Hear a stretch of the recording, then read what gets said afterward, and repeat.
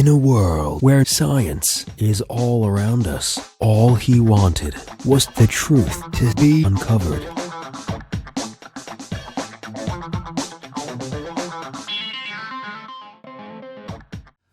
Hi guys, it's kind of chilly today, so I decided to do this one in the car. Today I wanted to talk about stretching a little bit.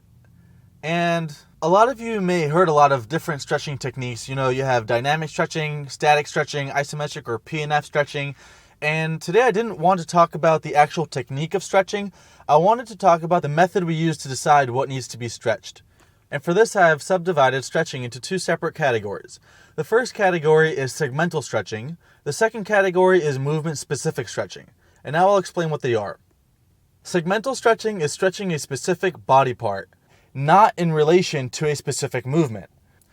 Movement-specific stretching is when you stretch the entire movement together. In other words, stretching the squatting movement, stretching the push-up movement, stretching a deadlift movement. So you're not stretching one segment, you're stretching a series of segments all together that complete a movement. For example, segmental stretching would be stretching only your ankles. Movement-specific stretching would be stretching the entire squatting motion. Now, although your ankles have a big part to do with your squatting motion, only stretching your ankles will have a different effect than stretching your entire squatting movement together. Now, how do I decide what I'm going to use, segmental stretching or movement-specific stretching? So this is how I decide which one to use.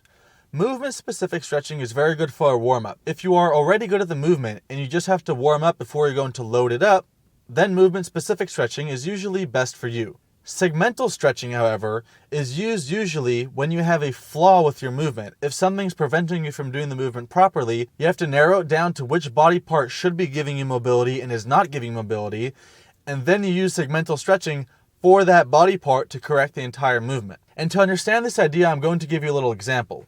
I want you to imagine like you've walked outside barefoot for 10 hours and your feet are extremely dirty. The rest of your body is also a little dirty because you have been walking for a while, but your feet are extra dirty. Now when you go to take a shower, you of course will wash your entire body, but you will scrub your feet until they are completely clean.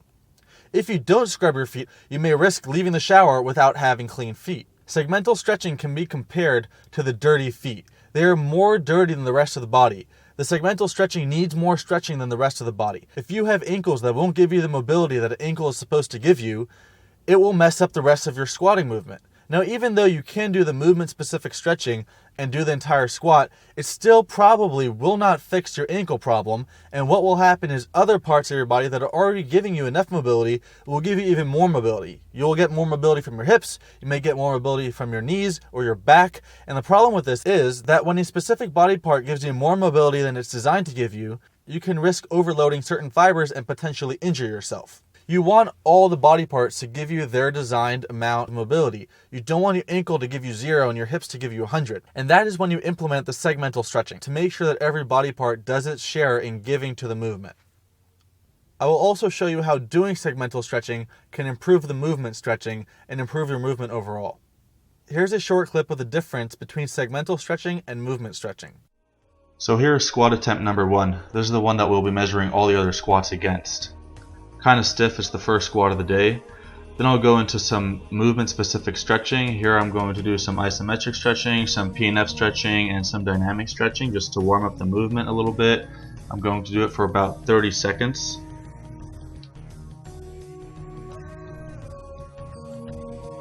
Now what you want to pay attention to is the angle of the knee and the angle of the back. Those will be the greatest indicators for what part of your body is giving the mobility.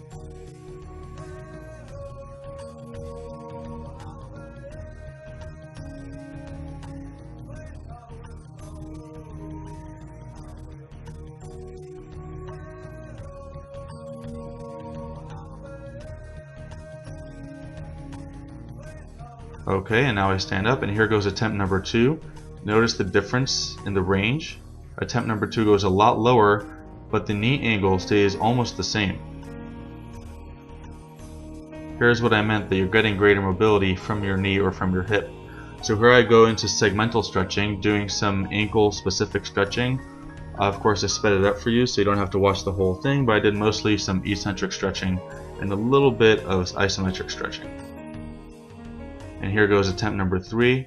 you'll see that the range is the same, but the back is straighter, meaning that I got more mobility from the ankle, which balances out the movement better.